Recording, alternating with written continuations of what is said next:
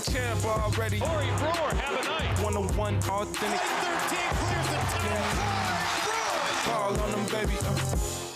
Whee! That was fun. All right, we got the highlight video. What's up, Corey? Good day to you. How are you? How people forget how much bounce my boy had. Well, he was just telling the 50. What was it, 51? Yeah, he gave me buckets. That's the first thing he thought Cherry of, by the picking way. ass. So you have that on for the Come rest on, of man. It's not even part of the interview. But I do want to ask you about Florida. We're obviously in the middle of the tournament. High hopes for Florida. Chandler was a young pup coming through on his recruiting visit and then never went anywhere after that. Something happened there in Florida, Corey. What happened on this recruiting trip that got him to stay?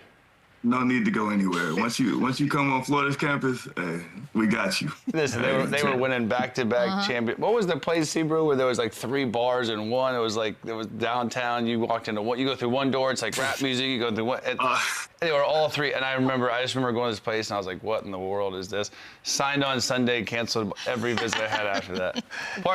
Mostly because Corey Brewer and Joakim Noah. My 2 guys. That's all it takes? Just a nice bar? Just a bar? A couple other things transpired throughout the weekend. Well, we had a great time. We'll leave it at that. See, let me ask you about that 07 team because I truly think it's the greatest college basketball team of all time. Do you think it's obviously the best Florida team and one of the best college basketball teams ever, Corey?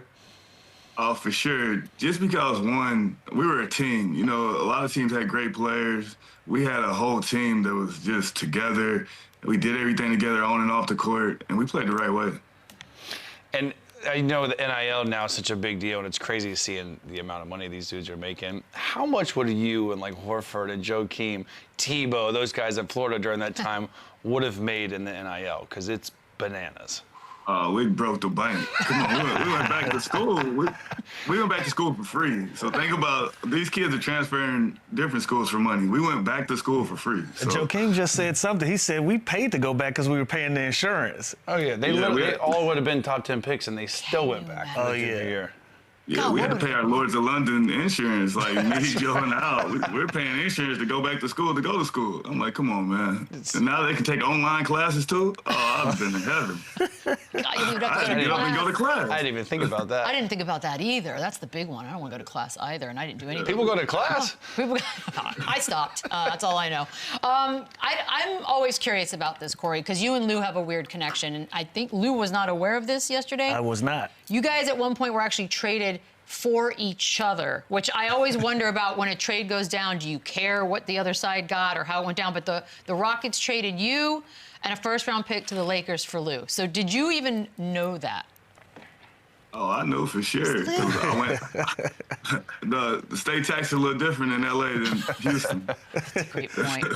Oh yeah, you got the bad news. Yeah, see, he knew for a different reason than I do. I was blind to it. Corey, I want to speak to currently. You're assistant coach with the Pelicans, and I'm sure you've been a part of it. You've heard the narratives about Zion. You know, he can't stay healthy, he can't stay in shape, he has a poor diet. I want to speak to the work that he's put in. Is that frustrating to you as a coach, somebody that works with him, hearing the things about him? Oh, yeah, for sure. But it comes with the territory. You know, Absolutely. He's a superstar. You know, when you're a superstar, you're going to get criticism. But I think he's okay with it, and I think he's getting his body where it needs to be. He's working his butt off, and people are going to see, you know, he's the real deal. Could you tell us one surprising thing that the public wouldn't know about Zion that you see behind closed doors every day that people would be surprised about? The dude, he's a funny dude, man. His personality.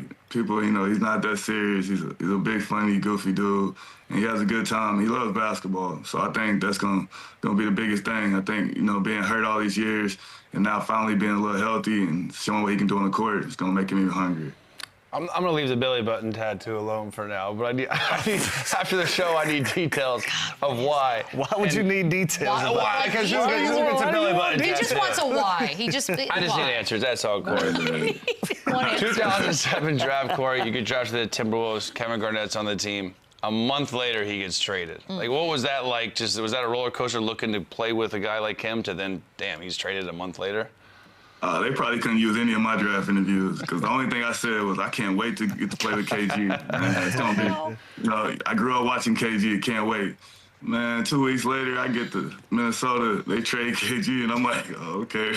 So they're like, we're rebuilding. I said, rebuilding? I didn't even know what a rebuild was. I just won 2 national championships.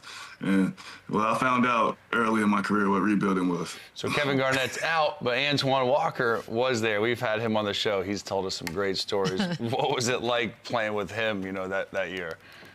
Twan was having a good time. He wasn't playing too much at this time, but he was having a good time. And for me, I learned a lot of things my rookie year, what to do and what not to do. There you go. It's good to do it early. I think that happens when you have legacy vets. Like I had AI Bruce, so I know exactly what you mean. What to do, what not to do, because they have a different set of rules. That's interesting. I never thought about the different set of rules that were going on there. So Minnesota to Dallas, you get to win a championship there, which is the best. And you get to play with Dirk. And I'm always curious about Dirk's stories. You know, what's he like? You guys faced a gauntlet of teams and superstars to get to that championship. Any Dirk stories you want to share? I think the best one is when I felt like the Miami Heat guys were making fun of him that he was faking that he was sick on the podium. Yeah. And he was just in the locker room. He was like, I got some for those burgers. And he came out and went for like 40. So Dirk's the best, man. I love that bothered him. Bothered everyone. It was so gross. But bro, then you went on to play with James Harden and Dwight Howard after that. Like you've played with some real icons in the game. What their experience was like at that point in their careers playing with those two guys? That was fun, man. Especially that was James when James was cooking. Like he was doing everything. It was nice. You come in, he has 45, 15, and 12 like on a daily basis. It was unreal. And so Dwight was still Dwight. He was 20 and 20. It was fun playing with those guys. We went to the Western Conference Finals. You know, we got beat by the Warriors, but hey, we were a good team. Corey, looks like the question was on here. I didn't scroll down far enough, but when I put on the Rockets, we get details now. You were on the Timberwolves, and you dropped 51 points on us. How many of those were yours? Probably 49 of them. I just remember we would take a 3, and Corey was dunking on the other end every single time in transition. We just weren't getting back. What do you remember most about that game? Because that's a nuts game. I remember when I went in the locker room before the game, Kevin Martin was like, he's like, I'm not playing. And Kevin Love was like, I'm out too. And I said, oh, I'm about to go get 40 on these dudes. At halftime, I had like 30. I was like, oh, I might get 40. And then after that, I seen you were guarding me and James was guarding me. I said, oh, I can get 50. That's how you feel? Did you say, like, do you talk during that game? Do you talk? No, I just remember JB Bickerstaff, Mikhail were just roasting us. Just get back. But he was making threes. He was getting the free throw line. He was doing everything. You had 27 points, buddy. Hey, look at me. I had half of what Corey had. Not a loser. There we go. You did your best. Not That's all bad you at could all. do. I'm always curious, too, because he just mentioned all the stars that you've played with. Both guys did. And then you also had a brief time in OKC, and that was the was it Russ? Carmelo Anthony? Yeah. Yep. That was a big moment, too. So 18 games there.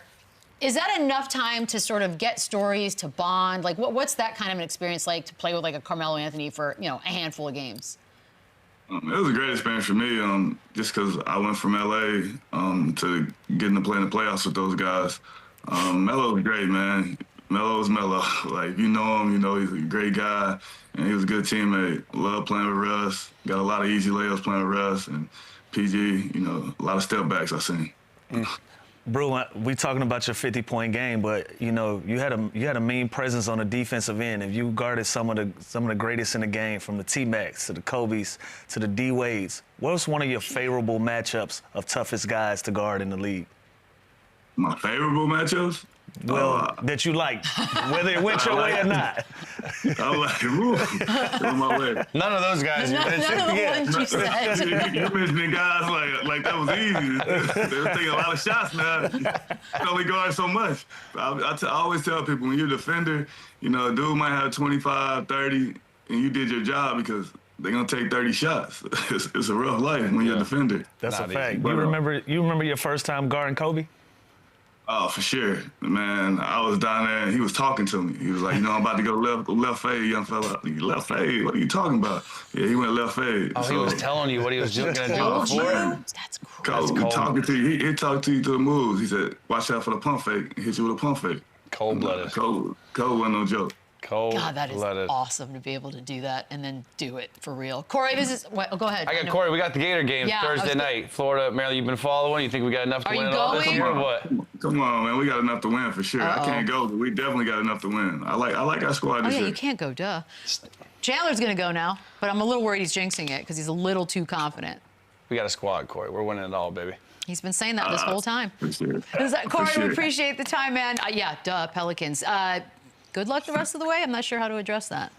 Can I say good luck the rest of the way? Yes, I can. We'll be right back. Later, C. Brew. All right, see you, fellas.